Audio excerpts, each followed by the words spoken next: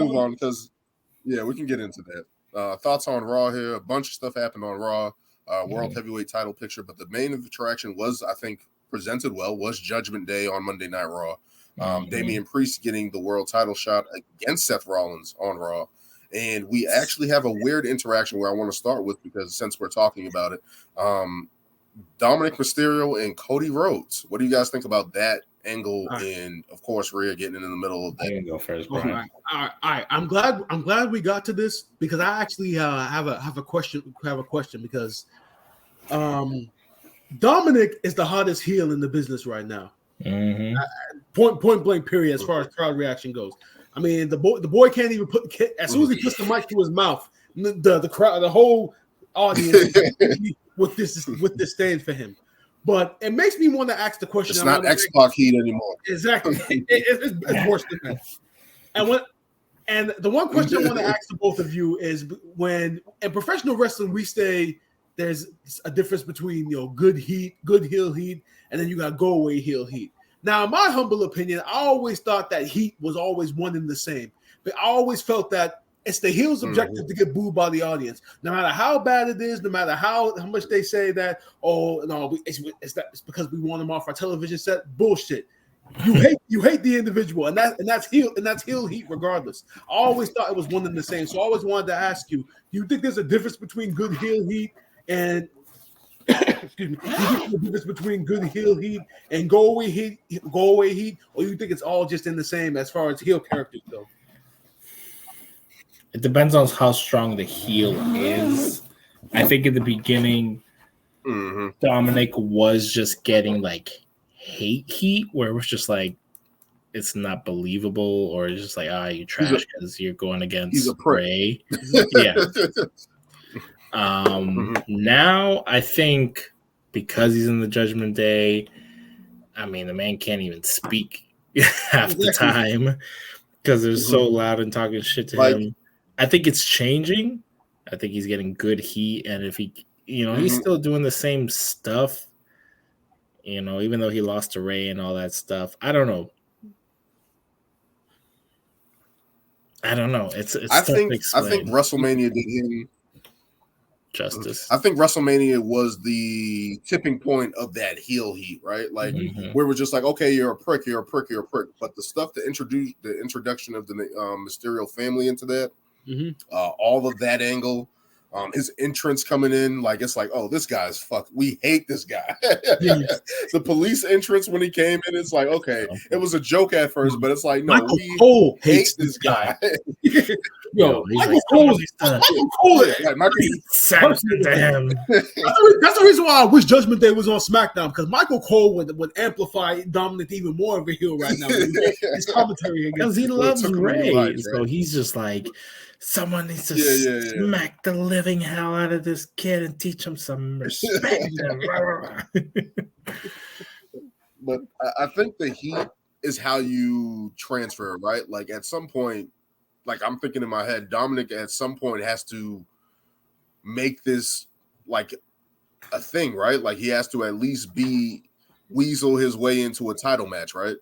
Like that's what I'd be thinking. Like with all this heat, I'm like, at some point they have to capitalize on that and either give him a match or make this a type of run where he's actually successful as a heel.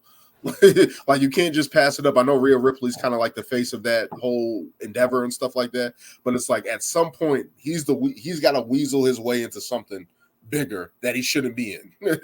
At some point. And the one thing that I noticed, one thing that I noticed, as a bitch that Dominic acts, the stronger that Rhea Ripley becomes as a female character, which is why I believe Rhea Ripley should hold the women's title at least for a full year or so, because by being a strong, I think that's the plan.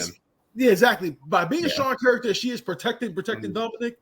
And you can protect this little prick ass, then no woman realistically should be able to step up to you, with the exception of maybe Raquel Rodriguez as far as size goes.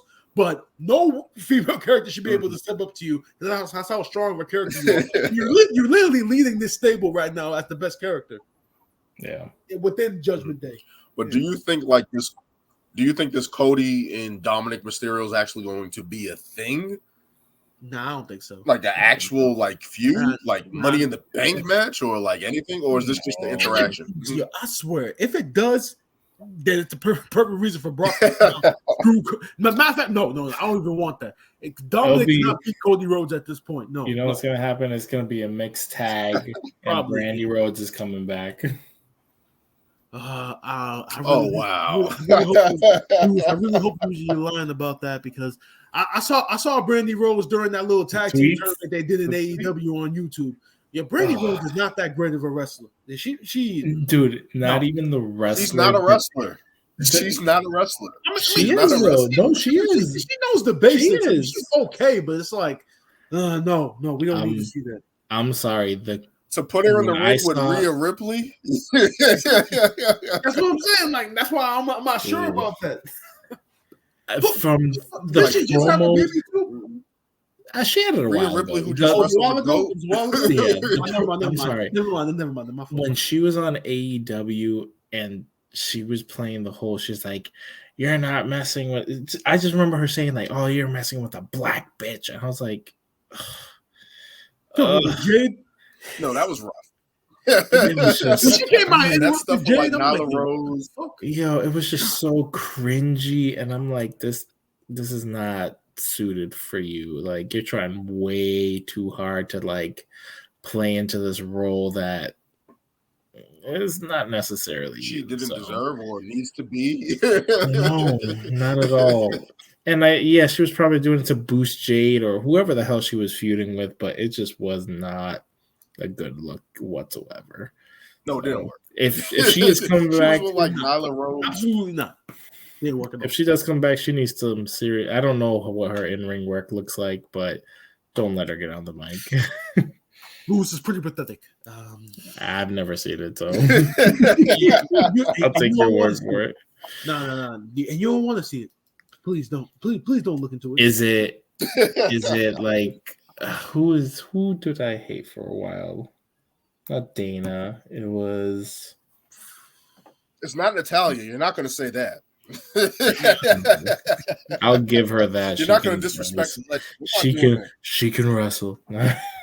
Natalia's going to the. As much shit as we talk about Natalia, she's going to the Hall of Fame in like a couple of years. Yeah, for sure. So, Easily. So, I mean, hey, how many title reigns does she have, Dan? But, I think she has like 3 or 4. She has a couple. Dan should know. He's the innkeeper of Natalia's records. I think it's 2 because I know she won the Divas title. No, it's 3. It's 3. She won the Divas title. She won the SmackDown Women's title twice. Mm-hmm. So I think it's in the 3. I think it's in the 3 range. But nah, man. Wherever this goes with Dominic Mysterio, maybe he's just a placeholder until Brock comes in. But it's going to be interesting to see how that goes. We also had a little bit further storyline development with the Trish and Becky storyline, where Becky was facing Sonya Deville. Trish and Zoey Stark are on the stage. Becky Lynch ends up battling back, of course, because we know Becky Lynch can't lose. She battles back through Sonya Deville and Chelsea Green, ends up qualifying for Money in the Bank. Later in the night, Zoey Stark beat. Who did she beat? Can't remember now. Was it? Oh, Dana Brooke or was it Dana Brooke? Hold on. Let me look this up real quick. She beat somebody. Was it Chelsea Green? No. It was Natalia.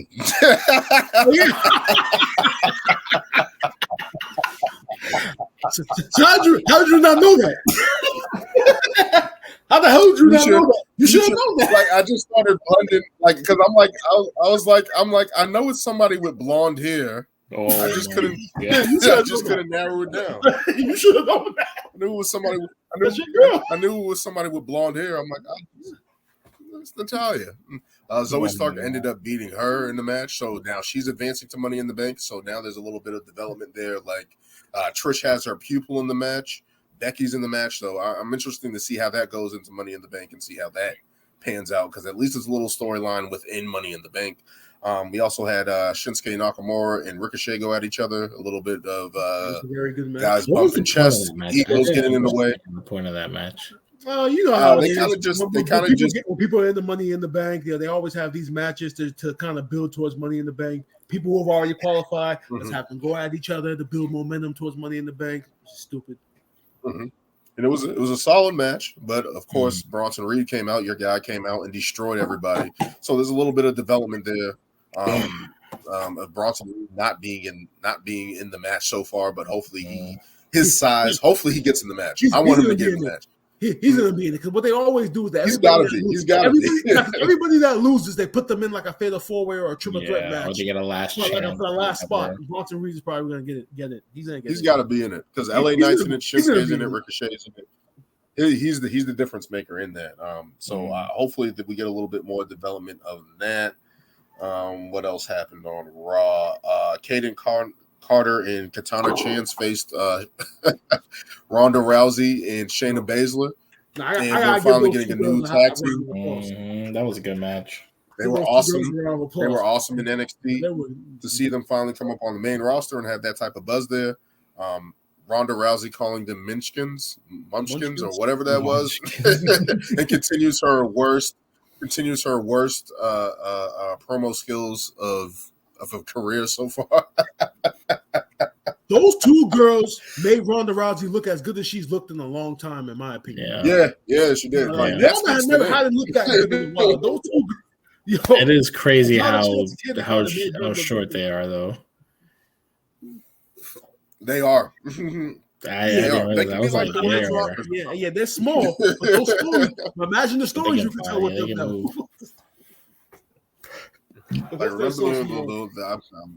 They can be the women's rockers. That's how I see them. But that was a good showing by them to have them, even though they took the L. But it was good to see them get that type of shine there. We already talked about Miz and TV. What do you guys think about? Of course, the final. I'm not going to talk about Indashir. They're getting a push. So we'll see how that goes. Just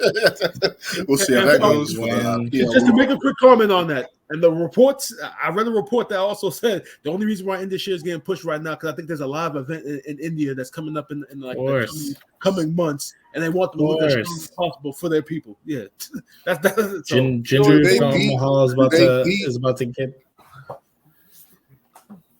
Do they beat Sami Zayn and KO? Funny you say that. After this feud with Imperium, that's what's going to be next. I guarantee. If they do beat them, is because they're breaking them up. If they do, it's because there's friction and they have to. They're probably going to do this other match in India. Seth needs challengers.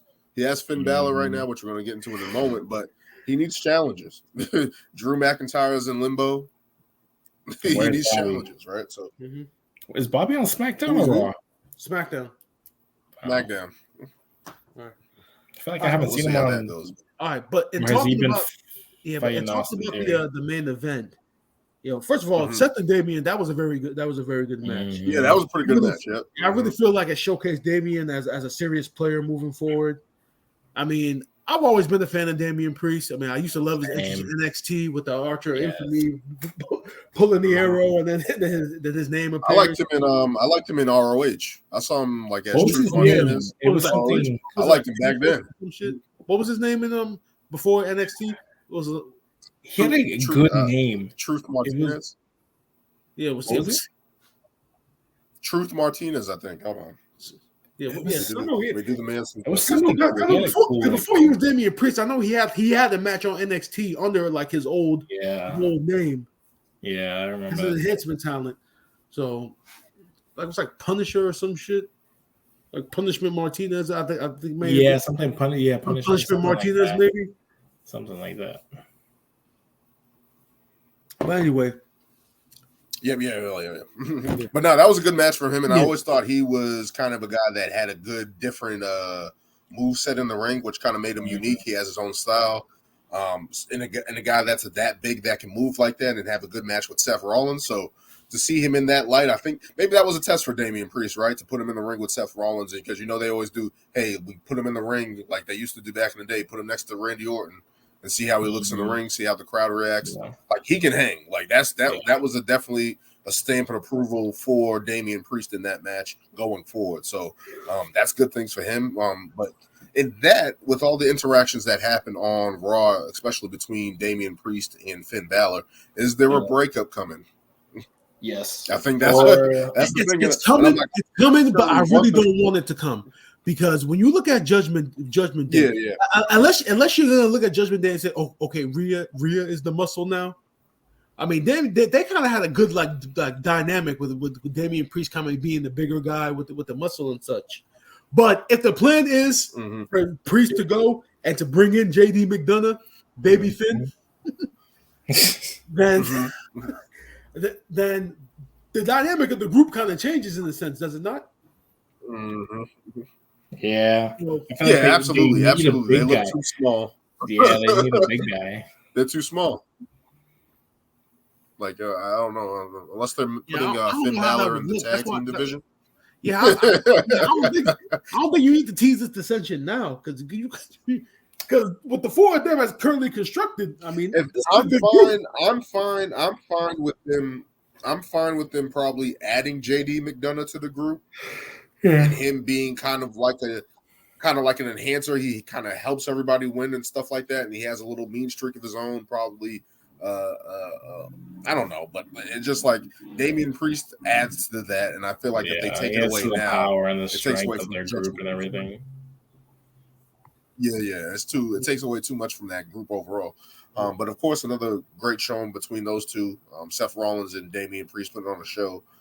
Finn actually coming out after Seth and Damien actually agreed that no one would interfere, almost helped him win the match, but and ultimately ended up losing. But I don't want the Judgment Day to break up because, especially Brian speaking to that dynamic of that group, Damien as the muscle. It's like, who else are you going to find as the muscle for that group? Who do you say? Bronson Reed. But not just in general, if they try to break up that Bronson Reed. But nah, if they try to break up that Judgment Day right now, I just don't think like it's good for the group. Oh God, no! I just don't. I don't like that for the group. Bronson Reed is old boss. I don't like that. Neither do I. Bronson Reed in the Judgment Day. You don't think he can pull off the golf look with the sunglasses and the black jacket? I don't know. Like the Judgment Day is good. I don't know like, why. What's that dude? Go ahead. They don't win. Why they don't win outside of Rhea Ripley? Besides Rhea, yeah. Like if they would have gotten the tag titles at some point, it would have legitimized them more. But I don't know. I felt like they should have won after the tag titles. I feel like that would be a good little run with KO and Sammy. I feel like they should go after that. I think they did, but they lost against KO and Sammy in like some main event on Raw. That I don't know if it was for and that's what they had faced each other. But I feel like that was a missed opportunity if they're not going to try to go into that direction and stuff like that. But it's like, I don't know. They need something. They can't continue to lose. Obviously, Finn Balor with the stare down with Seth is obviously going to be the next wave of matches for Seth, which obviously the history between those two men, the first Universal Champion at that point in time, Finn got hurt, and Seth has really never been able to really beat him in that sense, right? So seeing that pairing matchup, it's like they're not going to drop the belt off Seth already. No. That's the only thing about that matchup. It's going to be entertaining, and Finn Balor should be in those type of matches. The craziness that Seth was talking to Finn though was top notch. So speaking of when you talk about Seth Rollins not losing next time, I have to say something right now. Can I express myself a little bit right now? I have to. I am so sick and tired. I'm so sick and tired of some of these fucking fans complaining about these long title reigns. These are the same fucking fans that like back in 2013, 2014, 2015, when Vince was in charge, titles was literally switching like every month or every week. I remember the feud between Sasha Banks and Charlotte Flair when they were literally flip-flopping the titles literally every 2 weeks or so between pay-per-views, between episodes of Raw and such. When you build long title reigns, it builds up to the anticipation of this person. Maybe they will lose, maybe not. And then when you look at an 8-9 month reign, you're building for the next guy to step in line by knocking that person off. And then when that person gets knocked off, when it's the Intercontinental title or the United States title, you're building up that person to go after the World Heavyweight Championship. And it's a cycle that goes on and on, on and on and on. So when I see people be complaining about these long title reigns, Austin Theory. I just had to say that. I'm sorry. No. But true, like even it doesn't even have to be 8 or 9 months, 6 months. Like people are complaining about a person having a belt. Like I feel like that's a good enough time for a person to build development, build the character, build some feuds, actually have a rivalry, which I really miss, and I hope at some point we get Montez Ford versus Austin Theory at some point, because I feel like that could be a banger of a match and have two young stars actually going after each other. So I feel like that's something that they need to actually do. But in terms of people complaining about long title reigns, I feel like people are complaining about Roman, and they feel like there's so many times where he should have lost. Even though WrestleMania, I do believe that he should have lost. But when the story is told, the fact that it's continuing, you actually Clash of the Castle, especially. I really, which is probably why Drew's on hiatus. Probably mad, like, yo, you made me lose in front of my family. No. Drew is pretty much saying right now, yo, pay me, motherfuckers. I held y'all down during the pandemic in the Thunderdome. So fuck that. Restitution. That's exactly what Drew is saying.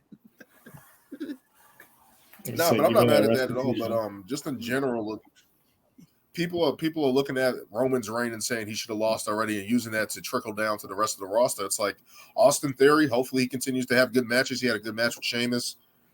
Gunther's long Intercontinental title reign. No one's mad at him. I'm not mad at that. He's been putting on bangers after bangers after bangers. Yeah. So I still don't even know who should beat him. It's like, yeah. We don't even know who should beat anybody's right now. Dexter Loomis. The way. Index. No, I don't know. I don't know. Like, that's the thing that you're kind of like, we're kind of stuck, right? We don't know who should beat Roman. We don't know who should battle Seth. We don't know who should beat Gunther. Exactly. like we don't know who should beat anybody. Means they need more big stars. No, I feel like they should actually be doing that. Like, they should be trying to create some fire underneath some of these guys that can actually get a run and actually compete and actually go after it. But I feel like everything's in a holding pattern until Roman loses. I feel like everything is in a holding pattern because it's like that. Like, everyone's kind of just like behind each other, or they actually start turning people heel. I just want the split of the tag titles. Like, please, as much as I don't even watch AEW, the reporters. As much as AEW really highlights their tag team wrestling. NXT, always great tag team wrestling. I just don't know why on the main roster, tag teams have just been like an afterthought. Like, yeah, you had the New Day and the Usos, but during that time, it was literally just them. And now it's like we got these tag teams, but nobody's like dominant.